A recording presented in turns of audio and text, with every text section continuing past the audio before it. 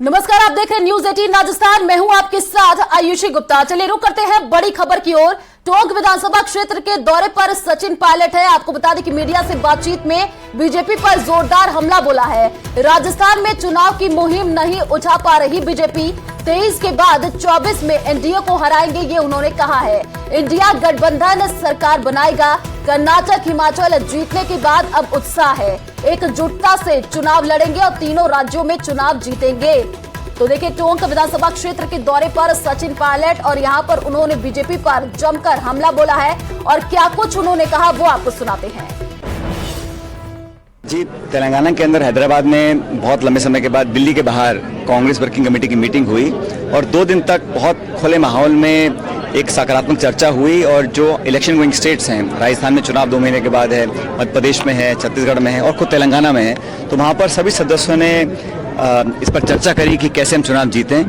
कर्नाटक और हिमाचल चुनाव जीतने के बाद कार्यकर्ताओं में उत्साह है और भाजपा तमाम कोशिश करने के बावजूद भी राजस्थान में अपने चुनाव की मुहिम को उठा नहीं पा रही है। और वो इसलिए क्योंकि जनता जुड़ नहीं रही। आप 4.25 साल गायब रहो, सदन के अंदर सदन के बाहर, लोगों की बात उठा ना पाओ, आपसी झगड़े में फंसे रहो, तो पब्लिक सब समझती है, जनता जुड़ नहीं रही। तो हैदराबाद में हम सब ने निर्णय लिया कि हम पूरी ताकत के साथ चुनाव मैदान में उतरेंगे और एकजुटता से चुनाव लड़ेंगे। इन तीनों चारों स्टेट्स में कांग्रेस सरकार कांग्रेस पार्टी की बनेगी, ताकि 24 का लोकसभा चुनाव जो होगा उसमें हम एनडीए को हरा पाएंगे और इंडिया अलायंस जो है वो चुनाव जीतेगा। तो संसद के विशेष सत्र का आज तीसरा दिन है। लोकसभा में महिला आरक्षण बिल पर चर्चा जारी है। सबसे पहले कानून मंत्री अर्जुन राम मेघवाल ने सदन को बिल के बारे में बताया। इसके बाद कांग्रेस की ओर से सोनिया गांधी ने 10 मिनट तक अपनी बात कही। सोनिया ने कहा, स्थानीय निकायों में महिलाओं को आरक्षण देने वाला कानून राजीव गांधी लाए थे, जो राज्यसभा में 7 वोटों से गिर गया था। बाद में पीवी नरसिम्हा राव की सरकार ने उसे पास करवाया। इसी का नतीजा है कि देश भर के स्थानीय निकायों में 15 लाख चुनी हुई महिला नेता हैं। राजीव का सपना अभी आधा ही पूरा हुआ है। यह बिल पास होने से सपना पूरा हो जाएगा। उन्होंने आगे कहा, कांग्रेस की मांग है कि बिल को फौरन अमल में लाया जाए। इससे पहले जातिगत जनगणना कराकर इस बिल में SC, ST और OBC महिलाओं के लिए आरक्षण की व्यवस्था की जाए। बिल को पास करने ये वुमेन्स रिजर्वेशन बिल पहले ही 2010 में राज्यसभा में हमने पास किया है, लेकिन लोकसभा में वो फेल हुआ किसी कारण। इसीलिए ये कोई नया बिल और नई चीजें नहीं है। अगर वो उसको ही दोहराते तो जल्दी आज तक होता था। और दूसरी चीज, ये सभी लोगों को विश्वास में लेके एक क्लॉज बाय क्लॉज बनाना है, डिस्कशन करना है। शायद वो इतनी जल्दी वो नहीं कर पाएंगे, क्योंकि उन्होंने बोला कि नेक्स्ट सेंसस आने तक। उन्होंने ये कहा कि आगे जो सभी सेंसस के देखकर, डिलिमिटेशन देखकर हम करने वाले हैं, ये उनका कहना है। तो मेरा यही अंदाजा है कि ये लोग चुनाव के दृष्टि से ये तो बोल रहे हैं, प्रचार कर रहे हैं, लेकिन असल में ये सब जब तक डिलिमिटेशन नहीं होगा या सेंसस नहीं होगा, तो आपको इससे मालूम होता है कि कितने दिन इसको और लगने वाले हैं। राजीव गांधी जी का सपना अभी तक आधा ही पूरा हुआ है। इस बिल के पारित होने के साथ ही वह पूरा होगा। अध्यक्ष महोदय, कांग्रेस पार्टी इस बिल का समर्थन करती है। हमें इस बिल के पास होने से खुशी है, मगर इसके साथ साथ एक चिंता भी है। मैं एक सवाल पूछना चाहती हूँ। पिछले 13 वर्षों से भारतीय स्त्रियां अपनी राजनीतिक जिम्मेदारी का इंतजार कर रही हैं और अब उन्हें कुछ वर्ष और इंतजार करने के लिए कहा जा रहा है। कितने वर्ष? 2 वर्ष, 4 वर्ष, 6 वर्ष, 8 वर्ष? क्या भारत की स्त्रियों के साथ बर्ताव उचित है? तो नागौर से बड़ी खबर का रुख कर लेते हैं। आपको बता दें कि नागौर पहुंचे कांग्रेस पर्यवेक्षक मधुसूदन मिस्त्री। अमित सिहाग नागौर पहुंचे हैं। विधायकों और पीसीसी सदस्यों से मुलाकात कर रहे हैं। टिकट को लेकर फीडबैक कांग्रेस पर्यवेक्षक ले रहे हैं। तो जो कांग्रेस पर्यवेक्षक है वो नागौर पहुंच चुके हैं। आपको ये बड़ी जानकारी दे रहे हैं। मधुसूदन मिस्त्री और अमित सिहाग नागौर पहुंचे हैं और यहाँ पर देखिए विधायकों और पीसीसी सदस्यों से मुलाकात कर रहे हैं।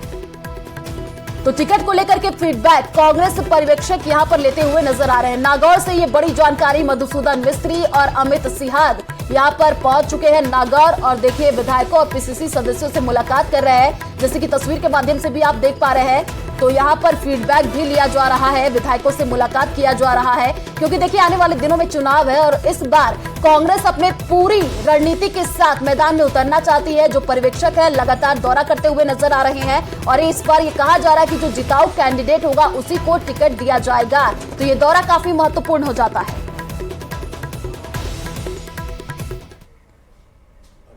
तो केरल में एक बार फिर निपा वायरस संक्रमण के मामले आने के बाद से टेंशन बढ़ गई है। केंद्र और राज्य सरकारें पूरी तरीके से अलर्ट मोड पर है। वहीं आईसीएमआर निपा की वैक्सीन बनाने पर विचार कर रहा है।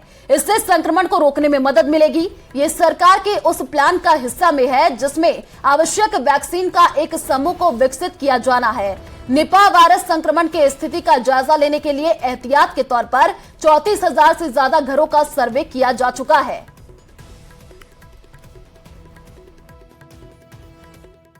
निपा वायरस को लेकर सबकी टेंशन बढ़ गई है। केंद्र सरकार और राज्य सरकार पूरी तरीके से अलर्ट पर है। हालांकि एक राहत की बात यह है कि 16 तारीख के बाद से कोई नया मामला सामने नहीं आया है। केरल में अब तक 6 मामलों की पुष्टि हुई है, जिसमें से 2 लोगों की जो है मृत्यु भी हो चुकी है और 4 एक्टिव केसेस हैं। जो एक बच्चा जो वेंटिलेटर पे था, अब उसको वेंटिलेटर से हटा दिया गया है, उसकी हालत में सुधार आ रहा है। तो हालात सामान्य है, लेकिन केंद्र सरकार और राज्य सरकार पूरी तरीके से अलर्ट पर है। इसी को ध्यान में रखते हुए अब आईसीएमआर भी जो है वो वैक्सीन बनाने पर विचार कर रहा है। ये वैक्सीन बनाना आसान नहीं होगा, क्योंकि इसके लिए साझेदारी, प्लेटफॉर्म जैसी चुनौतियां भी जो है वो आ सकती है। लेकिन अगर ये वैक्सीन बन गई तो केरल में जिस तरीके से बार बार जो संक्रमण का डर है वो उसकी रोकथाम बहुत आसानी से हो जाएगी। लेकिन सबसे बड़ी बात यही है कि इसकी चुनौतियां ज्यादा है। लेकिन अगर दूसरी तरफ बात करें तो पूरी मेडिकल टीम्स जो हैं वो केरल में तैनात हैं। सब जो हैं वो मिलकर काम कर रहे हैं, चाहे वो आरएमएल डॉक्टर्स की बात की जाए, आईसीएमआर की बात की जाए, एनआईवी की बात की जाए, पूरी तरीके से अलर्ट पर है। 36,000 से ज्यादा जो घर हैं उन पर सर्विलेंस हो चुका है और अभी के लिए स्थिति जरूर संभली है, लेकिन दूसरी जो लहर की आशंका हो रही थी वो भी थम गई है। लेकिन बहुत ज्यादा जरूरी हो गया है कि जिस तरीके से आईसीएमआर जो है वो विचार कर रहा है, ऐसी वैक्सीन जो है वो बनाई जाएं। और सबसे बड़ी बात ये है कि निपा वायरस के जो मामले हैं वो बिल्कुल कोरोना की तरह ही फैलते हैं। ये भी एक रेस्पिरेटरी इन्फेक्शन है। तो लोगों से अपील की जा रही है कि वो जितना बचाव कर सकते हैं करें। केरल में अभी भी प्रतिबंध लगा हुआ है। लोगों से ये अपील की गई है ज्यादा जरूरी ना हो तो घरों से ना निकले और जैसे जैसे वहां पर हालात सामान्य होंगे वो धीरे धीरे जो है प्रतिबंध वहां से हटने लगेगा। कैमरामैन प्रहलाद के साथ फराह खान, न्यूज़ 18 दिल्ली। तो भारत का चांद पर जाना, G20 की अध्यक्षता करना पाकिस्तान को कितना खल रहा है, पूर्व प्रधानमंत्री नवाज शरीफ ने ये बयान किया है। आपको बता दें कि नवाज शरीफ ने भारत की तारीफों के पुल बांधे हैं और कंगाल हो चुके अपने मुल्क को खरी खोटी भी सुनाई है। देखिए हमारी ये रिपोर्ट। आज हिंदुस्तान चांद पे चला गया है। G20 की मीटिंग्स वहां होती हैं। ये तो सब कुछ हमें करना चाहिए था।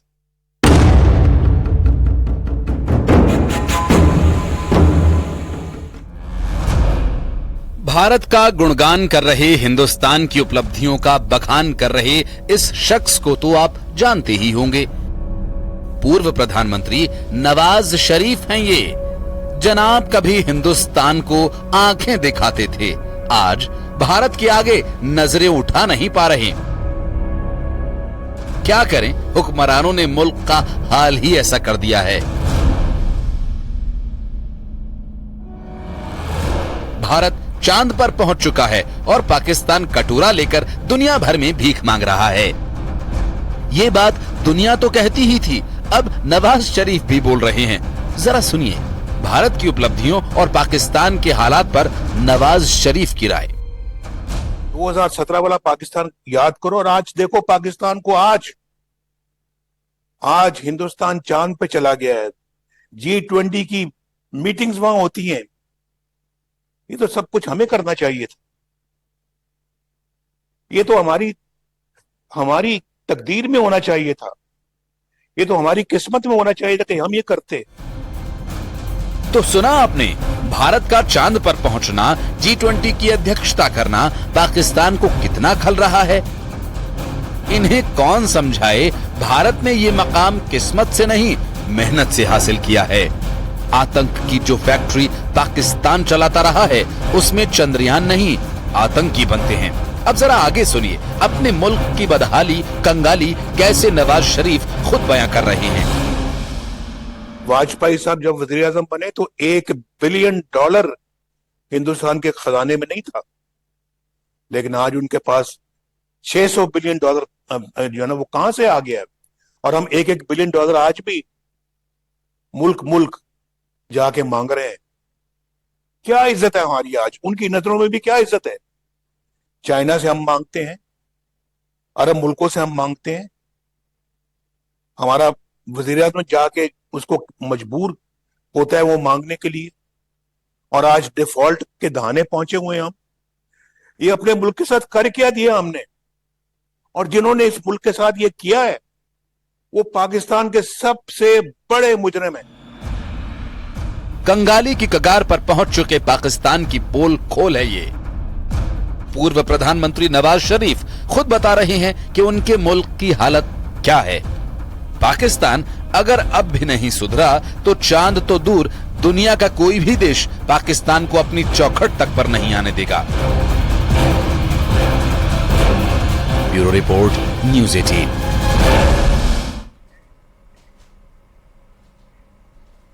तो राष्ट्रीय राजधानी दिल्ली से एक चौंकाने वाली खबर सामने आ रही है। दिल्ली के आरके पुरम इलाके में survey of India defence officer complex के सीनियर सर्वेयर की हत्या हो गई है और हत्यारे ने शव को सरकारी फ्लैट के आंगन में ही दफना दिया और फिर फर्श को सीमेंट से पक्का करवा दिया। इस मामले में पुलिस को बड़ी कामयाबी मिली है और आरोपी क्लर्क अनीस को गिरफ्तार कर लिया गया है।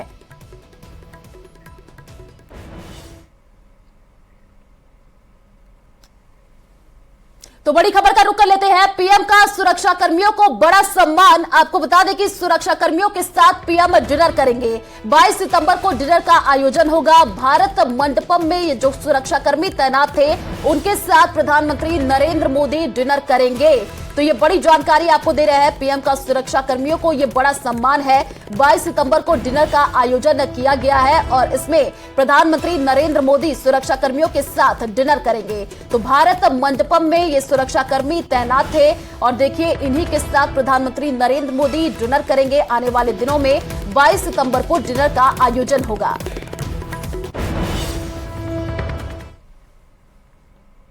उत्तराखंड के मुख्यमंत्री पुष्कर सिंह धामी राजस्थान के दौरे पर है, जहां उनके झालावाड़ पहुंचने पर बीजेपी कार्यकर्ताओं ने उनका स्वागत किया।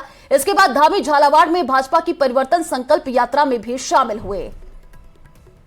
तो देखिए तस्वीर आप टीवी स्क्रीन पर देख पा रहे हैं सीएम पुष्कर सिंह धामी को, जो कि परिवर्तन संकल्प यात्रा में शामिल होते हुए नजर आ रहे हैं। राजस्थान के दौरे पर हैं उत्तराखंड के सीएम पुष्कर सिंह धामी और परिवर्तन यात्रा में शामिल होते हुए नजर आ रहे हैं।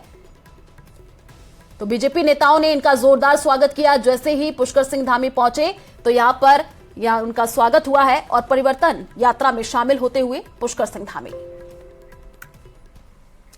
तो वहीं असम के मुख्यमंत्री हेमंत बिस्वा शर्मा जोधपुर के दौरे पर है। इस दौरान उन्होंने प्रेस कॉन्फ्रेंस कर कांग्रेस सरकार पर जमकर निशाना साधा है। प्रेस कॉन्फ्रेंस में उनके साथ उपनेता प्रतिपक्ष सतीश पुनिया भी मौजूद रहे। तो जोधपुर के दौरे पर है असम के सीएम और देखिए जोधपुर सर्किट हाउस में प्रेस कॉन्फ्रेंस भी उन्होंने किया और कांग्रेस सरकार पर जमकर निशाना साधते हुए नजर आए। उनके साथ ही उपनेता प्रतिपक्ष सतीश पुनिया भी मौजूद रहे और प्रेस कॉन्फ्रेंस उन्होंने किया। परिवर्तन यात्रा में हेमंत बिस्वा शामिल होंगे। हेमंत बिस्वा शर्मा जी का मैं दुपट्टा पहना के स्वागत करता हूं। स्कीम या पैकेट वगैरह निकालने का बात करता है, ये तो देखने से मालूम हो जाता है चुनाव का फंड इकट्ठा करने का ये सब सिस्टम है। ये सब हम लोग बहुत दिन देख चुका हूँ। कांग्रेस में मैं बहुत साल था, तो इसीलिए कांग्रेस का ये छोटे मोटे सिस्टम तो मैं तुरंत समझ ही लेता हूँ। आने का साथ साथ मुझको कोई भाई साहब ने पैकेट दिखाया, मैं बोला ये तो टिपिकल कांग्रेसी बातें होता है, चुनाव का पहले मोबाइल खरीदना, चुनाव का पहले लैपटॉप खरीदना, चुनाव का पहले मसाला का पैकेट बनाना। ये जो सिस्टम है ये कांग्रेस कल्चर ही है, और खास करके चुनाव लड़ना और चुनाव हारने का बाद 5 साल में कैसे रहूंगा वो सब का प्रबंध करने का ही ये सब सिस्टम होता है। तो जयपुर से बड़ी खबर का रुख कर लेते हैं। आपको बता दें कि कैबिनेट बैठक के समय में बदलाव किया गया है। गहलोत कैबिनेट की बैठक के समय में एक बार फिर से बदलाव हुआ है। अब 3 बजे कैबिनेट की ये बैठक होनी है और शाम 4 बजे मंत्रिपरिषद की बैठक होगी। बैठक के बाद ही देखिए प्रेस कॉन्फ्रेंस होनी है। तो ये बड़ी जानकारी आपको दे रहे हैं जयपुर से, ये बड़ी अपडेट सामने आ रही है। गहलोत कैबिनेट की बैठक के समय में एक बार फिर से बदलाव होना है। पहले ये जो बैठक थी वो 2 बजे होनी थी, लेकिन अब 3 बजे कैबिनेट की ये बैठक होगी। उसके बाद से देखिए शाम 4 बजे मंत्रिपरिषद की बैठक होगी और उसके बाद से ही प्रेस कॉन्फ्रेंस किया जाएगा। तो ये बड़ी जानकारी आपको दे रहे हैं। तो गहलोत कैबिनेट की बैठक में एक बार फिर से समय में बदलाव कर दिया गया है। और देखिए ये जो बैठक हो रही है काफी महत्वपूर्ण मानी जा रही है, क्योंकि ईआरसीपी समेत कई अहम मुद्दों पर चर्चा होगी और एक बार फिर से समय में बदलाव किया गया है। सोशल मीडिया प्लेटफॉर्म एक्स यानी ट्विटर पर अब मुफ्त के दिन लदने वाले हैं। कंपनी के मालिक एलन मस्क ने ये संकेत दिया है कि इस प्लेटफॉर्म का इस्तेमाल करने के लिए सभी यूजर्स को पैसा देना पड़ेगा। देखिए हमारी ये रिपोर्ट।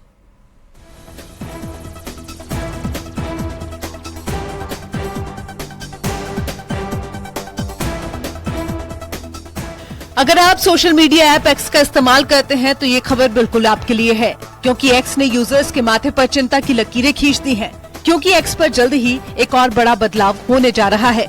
जल्द ही सभी अकाउंट होल्डर्स से पैसा वसूला जाएगा।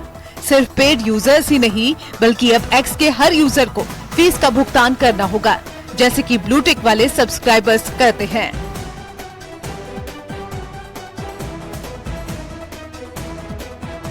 सोशल मीडिया ऐप एक्स यानी कि ट्विटर के निशुल्क इस्तेमाल पर जल्द ही पाबंदी की खबरों ने हलचल मचा दी है। जल्द ही एक्स यूजर्स को इसके इस्तेमाल के लिए मासिक भुगतान करना होगा।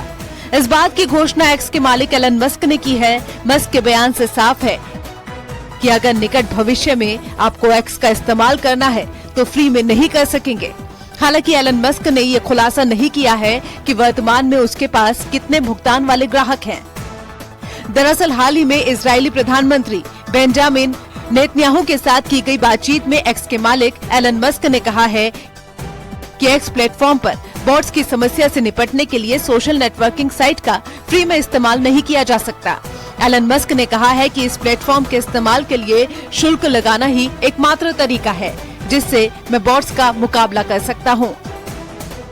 आपको बता दें कि एक्स पर सभी से शुल्क वसूलने का विचार नया नहीं है। पिछले साल भी मस्क ने ऐसा ही कहा था कि कंपनी वर्तमान में अपने एक्स प्रीमियम उपभोक्ताओं से प्रति माह $8 का शुल्क लेती है। बातचीत के दौरान मस्क ने कहा कि एक्स के अब 550 मिलियन मासिक उपभोक्ता हैं, जो हर दिन 100 से 200 मिलियन पोस्ट जनरेट करते हैं। रिपोर्ट्स के मुताबिक 2021 में तब के ट्विटर का कुल रेवेन्यू $5 बिलियन का था, जो 2020 की तुलना में 35% अधिक रहा था। अब अपने हाथों में कमान लेने के बाद एलन मस्क ने पेड रेवेन्यू की तरफ मॉडल लॉन्च किया है, जिसके तहत ट्विटर पर ब्लू टिक के लिए रकम वसूलना शुरू हुआ। इसी मॉडल के तहत एक्स के इस्तेमाल के लिए भी शुल्क देना होगा। Bureau report, news 18।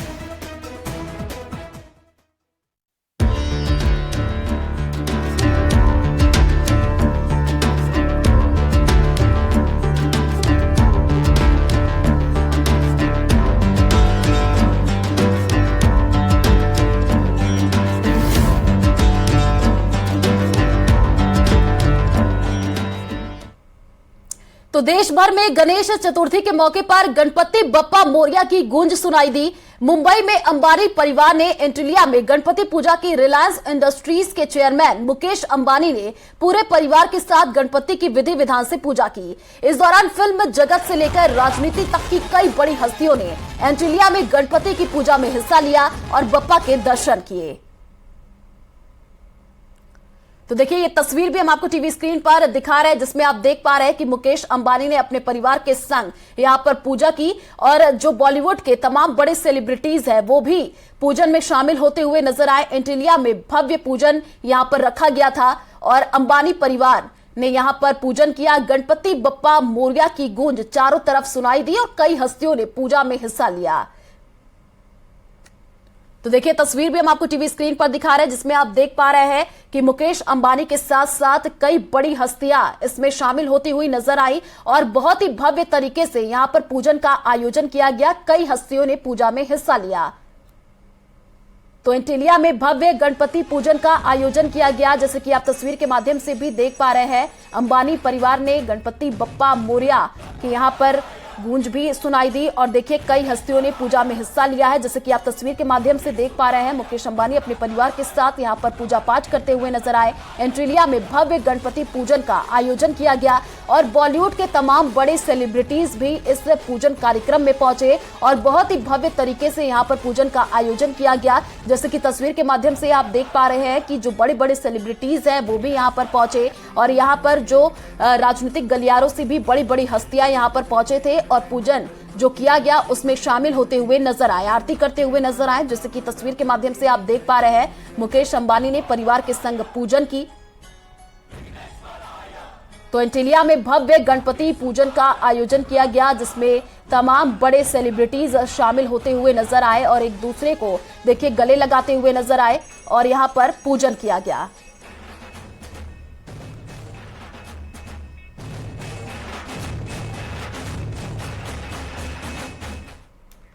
तो चलिए, फिलहाल इस बुलेटिन में इतना ही। बाकी खबरों के लिए आप देखते रहिए न्यूज़ 18 राजस्थान। नमस्कार।